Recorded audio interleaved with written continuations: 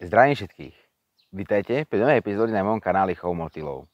V dnešnom videu vám ukážem, ako úspešne odchovať druh nočného motýla Actias luna v domácich podmienkach. Prvé štádium motýla je teda vajíčko. A vajíčka tohto druhu môžeme inkubovať buď v Petriov miskách, alebo v plastovom boxe, ktorý je napríklad takejto veľkosti. Vajíčka sú veľmi ľahké na inkubáciu a nevyžadujú nejaké konkrétne podmienky. Stačí izbová teplota, poprípade trošku vlhčenia, ale nie priamo. A keď chceme dosiahnuť vlhkosť v ubikácii s vajíčkami, stačí umiestniť kúsok vlhčenej vatičky k ním a tak vlastne nie sú vlhčené priamo. Následne sa z vajíčok za dobu 2 týždňov na izbovej teplote liahnú malé húseničky. A malá húsenička hneď po vyliahnutí skonzumuje škrupinku vajíčka a to je vlastne prvé jedlo húsenice. A následne môžeme húsenice premiestniť na živné rastliny. Tento druh má najradšej brezu, orech alebo ambrovník. A tento konkrétny druh pochádza z rôznych častí napríklad USA alebo Kanady. A podľa jeho pôvodu má aj preferencie. Takže napríklad z mojej skúsenosti majú populácie v USA najradšej ambrovník, zatiaľ čo populácie z Kanady majú veľmi rady brezu. Ale orech je univerzálny pre akúkoľvek populáciu z mojej skúsenosti. A takto vyzerajú húseničky v prvom instári. A toto sú vajíčka druhu Actias luna. Actias luna je nočný motýl a patrí do čelade okanovitých alebo latinských Saturnidae. Je to veľmi populárny druh na chov a je veľmi ľahký a preto je možné ho chovať ako aj úplný zaťadočník. Prvý instár tohto druhu je možné uchovávať v plastových krabičkách. Ako napríklad takejto veľkosti.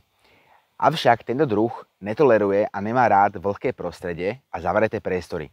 To znamená, že na najvýš do druhého instáru je možné ho uchovať v plastovom boxe, ale od druhého instáru je najlepšie umiestniť húseničky buď priamo vonku na strom, do monofilového syta, avšak keď sa rozhodneme umiestniť húseničky von, tak musia byť chované vonku už od prvého instáru, pretože si húsenice zvyknú buď na vnútorné prostredie a potom už není možné ich dať von, alebo asi naopak, ak ich chováme vonku, tak si zvyknú na vonkajšie prostredie a už ich nemôžeme vrátiť naspäť dovnútra. Tieto konkrétne húsenice pochádzajú z Kanady, priamo z divej samice a preto som sa pri tomto chove rozhodol použiť brezu.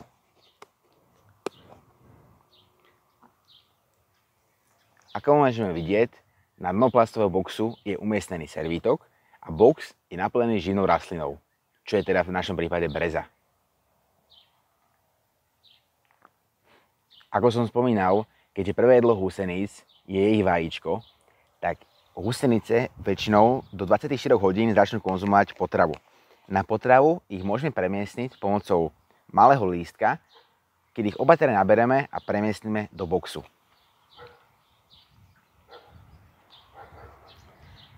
A ak nemáte možnosť chovu priamo vonku na živnej rastline, tak ja ich veľmi rád chovám vnútri tým, že vlastne odrezky živnej rastliny umiestním do nejakej fľašky, ktorá je naplnená vodou a hrdlo zabezpečíme pomocou servítka, aby sa zabránilo vpádu húseníc do vody. Ak nemáte možnosť húsenice chovať priamo vonku, tak je možné ich chovať vo vnútri, buď vo sietovaných ubikáciách, alebo v monofilovom vrece, v takom istom ako na stromoch, až s rozdielom tým, že odrezky živnej rastliny umiestnime do plastovej fľaše alebo sklenej fľaše, ktorá je naplnená s vodou. Pomocou servítka hrdlo fľaše zabezpečíme, aby sa minimalizovalo riziko pádu húseníc do vody. A natiahneme monofilové vreco na listy. A dovnútra sa púšťa húsenice, ktoré je najlepšie, keď sú teda v L2, pretože maximálne do L2 môžu byť uchované v plastovom boxe. A teda Actias luna má veľmi rád suché podmienky a dobre vetrané. A to je zabezpečené vlastne tým, že toto je veľmi priestrané a veľmi dobre vetrané. A chovať ich môžeme na izbovej teplote. Keď to je trošku teplejšie, nevadí, alebo aj trošku studenšie, stále v poriadku, ale ideálna izbová teplota. Pri vyššej teplote rastú rýchlejšie a pri nižšej asi trochu pomalšie. Samozrejme záleží aj odkiaľ pochádza populácia, pretože húsenice v Kanade majú samozrejme trošku chladnejšie podmienky, zatiaľ čo húsenice, dajme tomu z USA, ich majú trošku teplejšie. Samozrejme záleží aj z akého mesta pochádzajú alebo z akej oblasti. A takto vlastne teda vyzerá spôsob chovu, keď prebieha vnútri. Práve začalo ďalšie stádium odchovu húseníc Actias luna. A to je odchov druhého instáru. Ako si môžeme všimnúť, v boxi sú húsenice, ktoré sa pripravujú na zvlek, ale už sú tu prvé húsenice, ktoré sa práve zvliekli do L2. Húsenice v druhom instári sú o niečo väčšie a sú celé zelené v porovnaní s tými, čo sa práve ešte len idú zvliekať, ktoré sú zeleno-čiernej farby.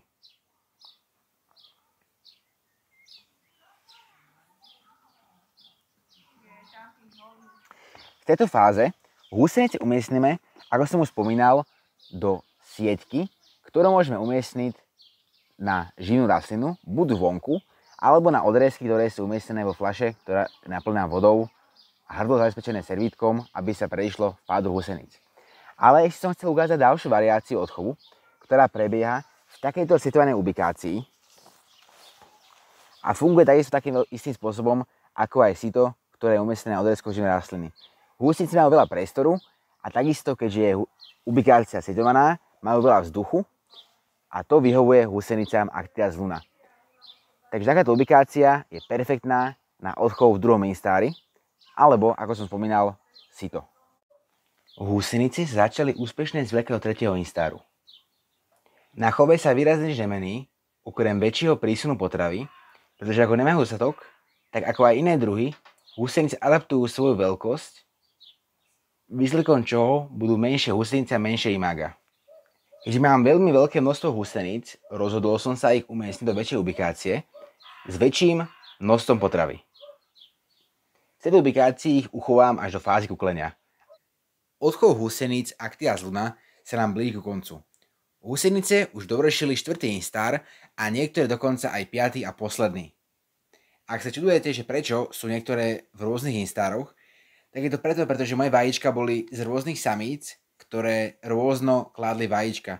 To znamená, že niektoré boli spárené a nakladli vajíčka skorej ako tie ostatné a všeobecne aj jedna značka vajíčok je rozdielna v ľahnutí, pretože sa niektoré ľahnú skorej a niektoré neskorej. Rozhodol som sa pridať do ubikácie húsenicám aj ďalšiu živnú rastlinu. A je to nejaký experiment, ale nie je to potrebné.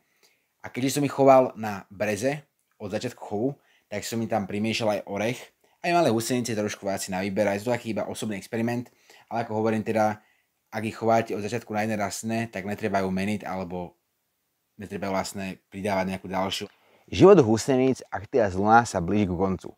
Ale aj zďaleka to není koniec chovu. Húsenice začali kukliť a teda ďalším krokom v našom chove bude kukly umiestniť na inkubovanie do sieťovej ubikácie, buď do izby, alebo von na balkón. A keďže tieto kukly neprezimujú, lebo stihnú niekoľko generácií u nás na Slovensku, keďže máme teplejšie počasie, tak ich môžeme ďalej chovať. A posledná generácia väčšinou býva niekedy v septembri alebo niekedy v auguste, samozrejme to záleží aj na nás a na tom, ako stíhame ešte vychovať ďalšiu generáciu. Húsenice sa pred kuklením takisto zafarbia do inej farby ako doteraz. Budú oranžovo hnedkasté. To je ďalším znakom, že sa idú kukliť. Takisto budú pochodovať po ubikácii a hľadať si miesto na vhodné kuklenie. Takže pri inkubovaní kukiel Actias luna ich umiestnime do sieťovej ubikácie, na dno ktorej umiestnime servítky. A túto ubikáciu môžeme buď umiestniť von a môžeme ich inkubovať teda priamo vonku alebo vnútri v nejakej izbovej teplote. Ak si rozhodneme umiestniť von, je potrebné dať si pozor napríklad na hlodavce, vtáky alebo aj mravce a mačky. Pretože môžu kukly ľahko zabiť alebo nejakým spôsobom poškodiť. A keďže teda, ako som spomínal, majú viacej generácií, tak takýmto spôsobom ich teda môžeme chovať aj 3 až 4 krát za rok. A tú poslednú generáciu môžeme prezimovať takým spôsobom, že vlastne necháme takisto buď na balkóne a tam mimo priameho slnka, aby sa teda kukuly neupekli a takisto mimo dosahu tých predátorov. Alebo je možné ich umiestniť do ladničky a prezimovať vlastne v ladničke, ale tam je teda taký risk, že môžu ľahko vyschnúť alebo splesnivieť. Takže ja by som osobne preferoval, alebo aj odporúčil takúto metódu a vždy teda osobne ja zimujem vonku, pretože máme teda podobné podmienky ako z lokality, odkiaľ pochádzajú. A dôležité je kokóny neotvárať a tým pádom vydržia veľmi vysoké mrazy a teplotu až do mínus niekoľko stupňov Celzia, takže budú vlastne bez problémov. Takže tu je teda názorná ukážka, ako vyzerajú kokóny na dne ubikácie a není potrebné ich vešať, aj keď pri niektorých druhoch sa to teda odporúča, alebo to tie druhy vyžadujú. Ja som osobne vešal druhy ako napríklad Rodinia fugax alebo Callostrenia prometea, ale pri väčšine druhov teda naozaj nie je potrebné ich nejakým spôsobom vešať.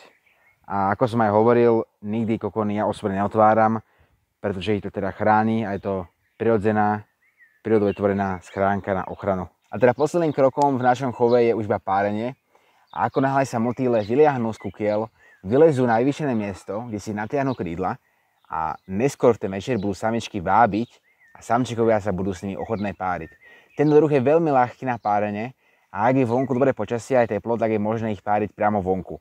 A to len tým, že umiestnime teda samčeka a samičkou von v situovanej ubikácii. Ja som osobne páril v takejto gulatej sieťke, pretože zaujímavosťou je, že sa nočné motýle môžu, by som povedal, zmiasť rohami kletky. A keďže je gulatá, tak si tam vlastne ľahšie lieta a ľahšie sa nájde ten partner. A párenie Actia zluna môže trvať od nejakých večerných hodín do rána alebo až do večera. Ale teda väčšinou to není viac než 24 hodín. Taký priemer väčšinou v mojej skúsenosti býva takých 12 hodín. A teda následnú noc po párení samice nakladú vajíčka a začína zase znova celý cyklus. A to je teda všetko k návodu, alebo teda ukážke, ako sa tento druh má chovať. A dúfam, že vám bude toto video napomocné a keď sa rozhodnete tento druh chovať, tak budete úspešní. A je to naozaj krásny druh, je veľmi ľahký a podmienky nie sú náročné, je tam teda pár základov a stačí ich dodržať a budete teda úspešní. Takže vám držím palce s týmto chovom a vidíme sa v ďalšom videu.